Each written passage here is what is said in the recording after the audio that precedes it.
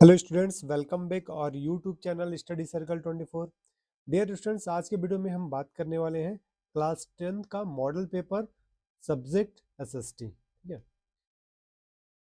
तो dear students, आप सभी को ही प्री बोर्ड अभी एग्जाम अभी ऑलरेडी आप लोग का चल रहा है और साथ में अगर आप भी अच्छे से अपना प्रिपरेशन करने चाहते हैं तो ये मॉडल पेपर आप लोग के लिए हेल्प के लिए बनाया जा रहा है। मॉडल पेपर का जितना भी इंपॉर्टेंट क्वेश्चन है तो आप इसे देख सकते हैं। एसएसटी का आप लोग जो बोल रहे थे कि एसएसटी का चाहिए था पहले, तो ये हमने एसएसटी का वीडियो हम लेकर आए हैं आप लोगों के लिए। तो चलिए हम देखते हैं इसमें क्वेश्चंस क्या क्या दिए गया है और इन क्वेश्चंस का आंसर क्या होगा। ठीक है, तो ये क्वेश्चंस इंपॉर्टेंट है। अगर आप भी एक अच्छा स्कोर करना चाहते हैं 2026 एग्जाम में तो आप इन सभी मॉडल पेपर के सेट को आप प्रिपेयर कर सकते हैं। ठीक है, तो चलिए फर्स्ट क्वेश्चन देखिए, आपके पास दिया हुआ है।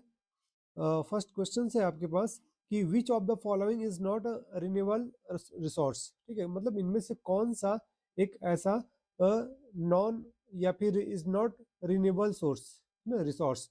तो इनमें से कौन ऐसा है कि जो नॉट रिन्यूएबल सोर्स होगा, सोलर एनर्जी, कोल, विंड एनर्जी या फिर एयर।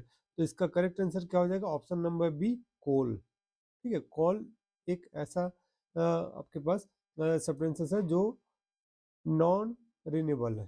ठीक है, एक प्रकार से उसे हम फिर दोबारा हम नहीं प्राप्त कर सकते हैं। राइट, नेक्स्ट सेकंड क्वेश्चन देखिए, आपके पास सेकंड क्वेश्चन है the government provided for electricity because.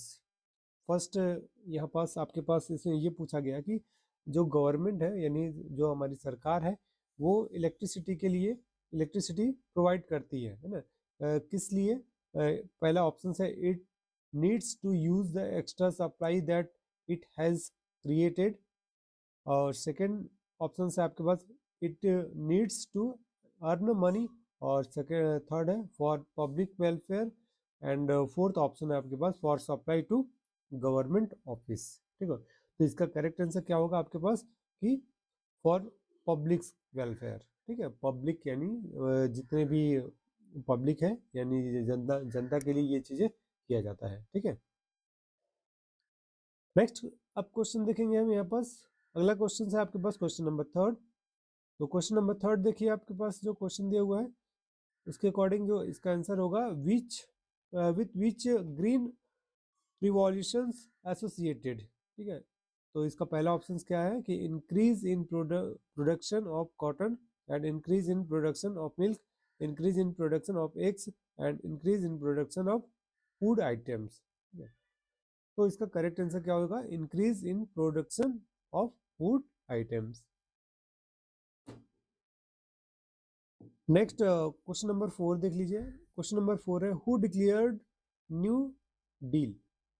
आपके पास ऑप्शंस है विल्सन और स्टैलिन और फिर रॉसवेल्ट एंड इटली। तो इसका फोर्थ का सही जो आंसर होगा वो ऑप्शन नंबर सी होगा। ठीक है, रॉसवेल्ट। नेक्स्ट फिफ्थ नंबर का क्वेश्चन देख लीजिए। फिफ्थ नंबर का क्वेश्चन है आपके पास India is secular state, what does it mean. इसका मीनिंग क्या हुआ कि इंडिया एक सेकुलर स्टेट है, इसका मीनिंग क्या हुआ है?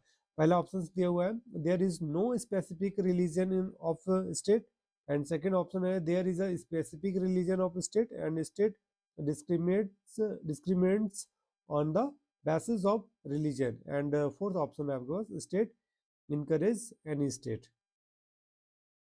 तो इसका आपके पास सही आंसर क्या हो जाएगा? ऑप्शन नंबर ए इसका सही आंसर होगा there is no specific religion of state.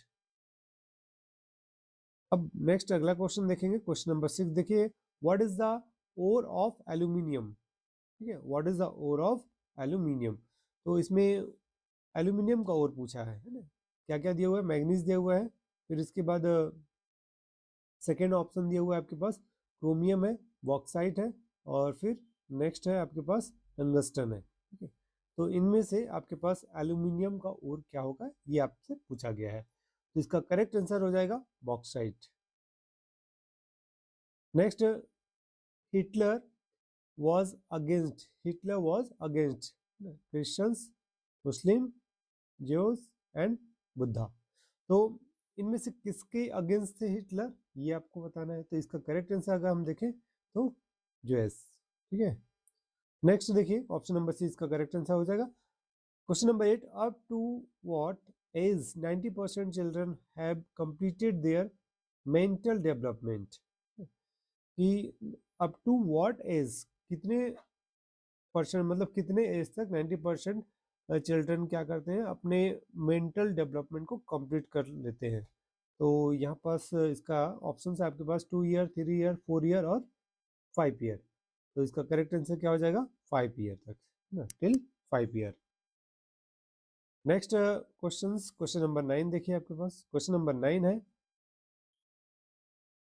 Question number 9, General Nasser was related to, है ना, इजिप्ट और Yugoslavia and Yugoslavia, Indonesia and Vietnam. ठीक है, वियतनाम। तो इनमें से किससे रिलेटेड है ये आपको बताना है, नासिर। ठीक है, तो इसका करेक्ट आंसर क्या हो जाएगा आपके पास, ऑप्शन नंबर ए, इजिप्ट। ठीक है, नेक्स्ट क्वेश्चन नंबर 10 है, what type of means of communication in internet.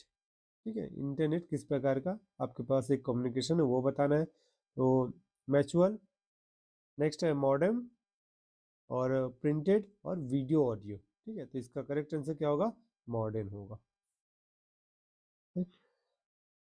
10 number ये ऑब्जेक्टिव हो गए। अब आपके पास वन वर्ड सेंटेंस दिया हुआ है, उसे देख लीजिए। Which type of soil is found on vast area of Chhattisgarh.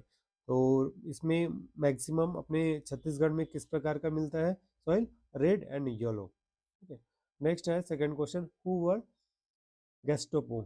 तो इसका करेक्ट आंसर क्या हो जाएगा, spy police wing of Hitler.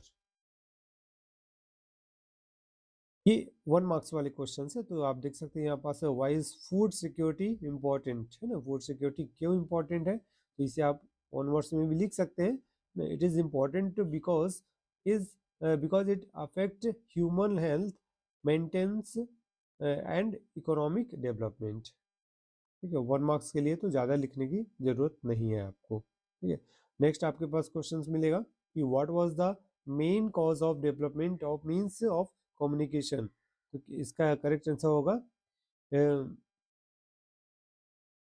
Correct answer होगा इसका इंक्वायरिटीज nature of man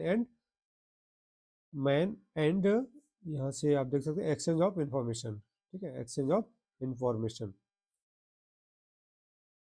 next 1 marks का लास्ट क्वेश्चन है ये, what is the main objective of multinational companies. तो क्या है इसका answer, to reduce cost of production and earn profit. तो उनका मेन जो पर्पस होता है वो क्या होता है, मेन ऑब्जेक्टिव क्या होता है, रिड्यूस कॉस्ट, कॉस्ट को रिड्यूस करना और अपने प्रॉफिट को ज़्यादा लेना। ठीक है, ये आपके 1 मार्क्स के कंप्लीट हो गए। अब आपके पास 2 मार्क्स के दिए हुआ है, तो 2 मार्क्स के सारे इंपॉर्टेंट क्वेश्चंस आप यहाँ से देख सकते हैं, है ना। What does life expectancy so, and second next question है 3rd नंबर की, which mineral are the main sources of energy.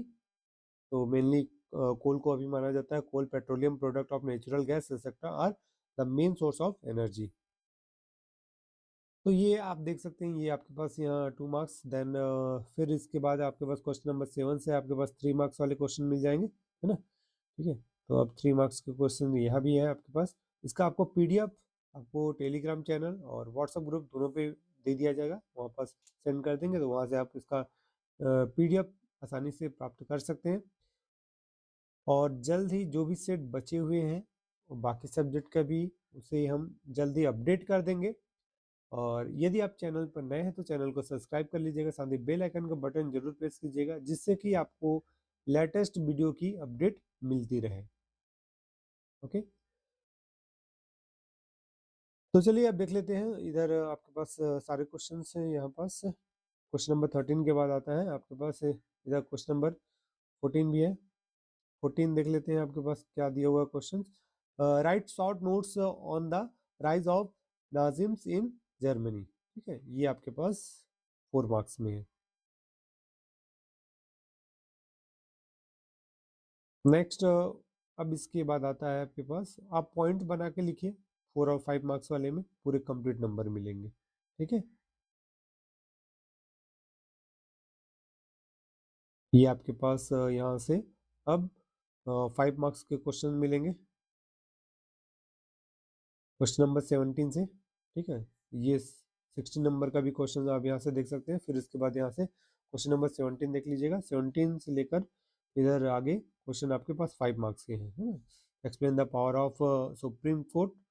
और नेक्स्ट क्वेश्चन नंबर 18 देखेंगे तो आपको मिलेगा यहाँ पास क्वेश्चन नंबर 18 है कि faculty of loan on one hand increase our income and on the other hand we are caught in the net of loan, how, explain with example के साथ इसको एक्सप्लेन भी करना है। ठीक है, इसका और में जो क्वेश्चंस है आपके पास यहाँ देखेंगे तो ये और में जो क्वेश्चंस मिलेगा ये यहाँ पास है ना, ये वाला।